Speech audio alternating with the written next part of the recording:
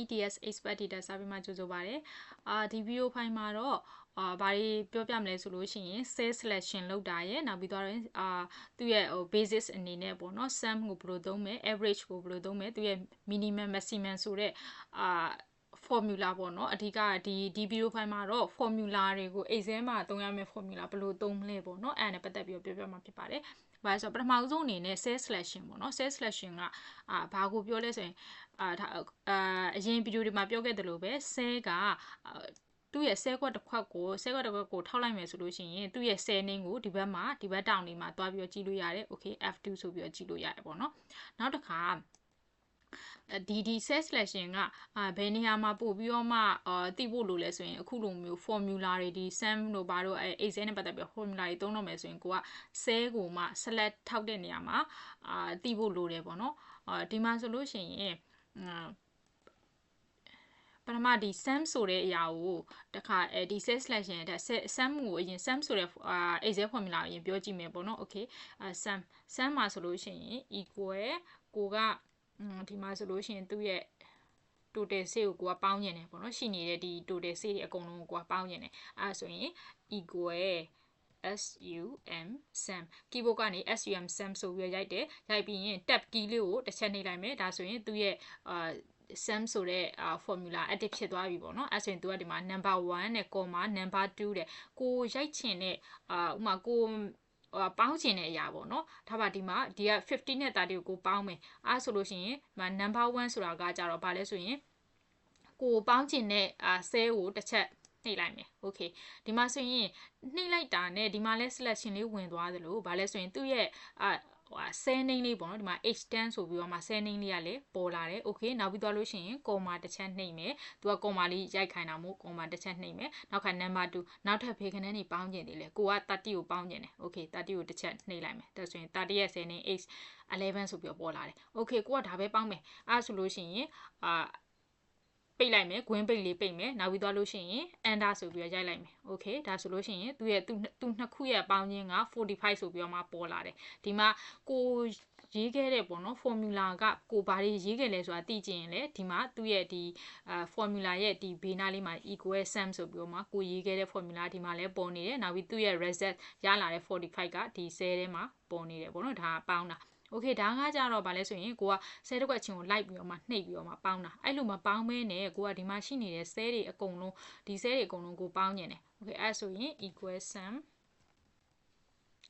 တက်ကြီးခုံမယ်နောက်ခါကိုကဒီမှာ select မှတ်လိုက်အောင်မယ် okay ပထမဆုံးကိုပေါင်းကျင်တဲ့နေရာကနေစပြီးတော့မှဒီမှာ select မှတ်ချလိုက်မယ်အောက်က30 မှတ်လိုက်မယ် okay ဒီချိန်နေမှာဆိုလို့ရှိရင် तू ကဘယ်လိုမျိုးပေါ်လာလဲဆိုလို့ရှိရင်ကိုက cell တစ်ခွက်ချင်းလိုက်ပြီးတော့မှကိုကကလစ်ထောက်နေစရာမလိုဘူးပေါ့နော်ကွန်မာကလစ်ဆယ်တစ်ခွက်ကိုထောက်လိုက်မယ်နောက်ခါကွန်မာဆိုပြီးတော့မှရိုက်မယ်အဲ့လိုမျိုးလုပ်စရာမလိုဘဲနဲ့သူကအကုန်လုံးကိုတစ်ခါတည်းပေါင်းမယ်အဲ့ဘယ်လိုမျိုးလဲဆိုရင်ပထမဦးဆုံးဒီဆယ်အခုဆက်လက်မှတ်လိုက်တယ်လို့ပဲဒီမှာလဲဒီ formula မှာလဲသူကဘာရေးပေးထားတယ်ဒီမှာ h2 တဲ့ h2 ဒီမှာ semicolon ပုံစံလေးနဲ့နောက်ခါ h11 ဆိုပြီးတော့ပေါ်တယ် h2 ဆိုတာကပထမဦးဆုံးဒီမှာဒီဆယ်ဒီ4800ရှိနေတဲ့ဆယ်က h2 ဒီအောက်က30ရှိနေတဲ့ဆယ်က h11 เนาะအဲ့ဆိုရင် तू ကအဲ့ဒီဂျားထဲမှာဒီလိုsemicolon ဒီပုံစံလေးရှိနေတာကြာပါတယ်ဆိုရင်အဲ့ဒီ h2 နဲ့ h11 ဂျားထဲမှာရှိနေတဲ့အရာအလုံးပါပါတယ်ဆိုတဲ့ပုံစံပေါ့เนาะအဲ့ဆိုလို့ရှိရင်ဒါတွေအကုန်လုံးပါတယ်ကိုက enter နှိပ်လိုက်အောင်မယ်ဒါဆိုလို့ရှိရင်ဒီဘက်ကဒီ cell တွေအကုန်လုံးကိုပေါင်းခြင်းပေါ့เนาะပေါင်းခြင်းကဒီလောက်ရတယ်ဆိုပြီးမှပြပေးတယ်ပေါ့เนาะအဲ့ဆိုကိုကဒီ formula ဒီ exact ဒီ formula ကိုကြည့်ရအပြင်ကိုကဘယ်နေ h2 ကနေပြီးတော့ h11 ထိကိုကဂျားထဲမှာရှိတဲ့အရာတွေအားလုံးကိုအဲ့ cell မှာရှိနေတဲ့တန်ဖိုးတွေအားလုံးကိုကပေါင်းထားတယ်ဆိုတာကြည့်လို့ရတယ်ဒါသူ့ရဲ့ထွက်လာတဲ့ results ကိုဒီ cell မှာကြည့်လို့ရတယ်ပေါ့နော်ဒါက sum ပေါင်းတာအဲ့လိုမဟုတ်ဘဲနဲ့ဒါက sum formula အတွက်ပြီးသွားပြီနောက်တစ်ခါဘာအတွက်လဲဆိုရင် average ကိုက sum လိုမျိုးမရချင်ဘူးဒါတွေကိုပေါင်းချင်တာမဟုတ်ဘူးအခုရှိနေတဲ့ဒီtotal C အကုန်လုံးပေါ့နော်ဒီ data တွေအကုန်လုံးတွေကဘာလဲဆိုရင်ဒီ data အကုန်လုံးသူကနဲတာရောများတာရောအကုန်လုံးတွေကနေကိုက average အခြေအနေကိုရကျင်နေဆိုရင်ကိုကစွန်နာက sum နေရာမှာသူက average ကိုပဲရိုက်လိုက်အောင်မယ် equal formula တစ်ခုရိုက်မယ်ဆိုရင် equal ကိုရင်ရိုက်မယ်ပြီးသွားလို့ရှိရင် average နောက်တစ်ခါတက်ကြီးခုန်လိုက်မယ်ဒါလည်းအစွန်နာလိုပဲအတူတူပဲကိုလုတ်ချင်တဲ့ကို average အကုန်လုံးလုတ်ချင်တဲ့ cell တွေအကုန်လုံးကိုက select မှတ်လိုက်မယ်ပြီးသွားလို့ရှိရင် enter okay ဒါဆိုရင်ဒီအပေါ်ရှိနေတဲ့ကဏ္ဍတွေအလုံးတွေကနေ average တန်ဖိုးကိုရလာတယ်ဒါက average ပေါ့နော်နောက်ထပ် minimum maximum ပေါ့နော်ဘာလဲဆိုရင် तू ကအခုရှိနေတဲ့ဒီတွေကနေပြီးတော့ကိုက minimum ဆိုတာကကြတော့အနည်းဆုံးတန်ဖိုးကဘယ်လောက်လဲဆိုတော့ကိုကသိကျင်တယ် okay အဲ့ဒါဆိုရင် equal minimum နောက်က tag key လေးကိုခုံမယ်နောက်ကကိုကဆက်လက်မှတ်လိုက်မယ် enter အဲ့ဒါဆိုလို့ရှိရင်သူကဒီအခုရှိနေတဲ့ဒီအကုန်လုံးဒီ cell တွေအကုန်လုံးတွေမှာ minimum အနည်းဆုံးကဘာလဲဆိုရင်အနည်းဆုံးက15ပေါ့နော်ဒီမှာ50အဲ့ဆိုရင်ဒီ50ဖြစ်တဲ့ကြောင့်မို့သူက50လို့ပေါ်နေတယ်နောက်ပြီးတော့ရင်ကိုကဒီမှာကိုရေးထားတဲ့Excel formula ကဘာလဲဆိုတာကိုဒီနေရာလေးမှာကိုကကြည့်လို့ရတယ်ပေါ့နော် okay ဒါက minimum နောက်က maximum ကျတော့အများဆုံး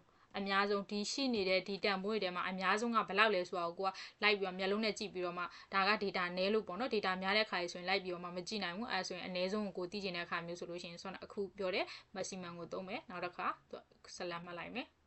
အဲဆိုရင်ဒီထဲမှာ maximum အများဆုံးက9200ဒါတွေအကုန်လုံးထဲမှာအများဆုံးက9200ဒါကExcel ရဲ့Excel formula ပေါ့နော် Excel formula သုံးတဲ့ပုံစံလေးဖြစ်ပါတယ်ဒီလောက်ပါပဲဒီမှာ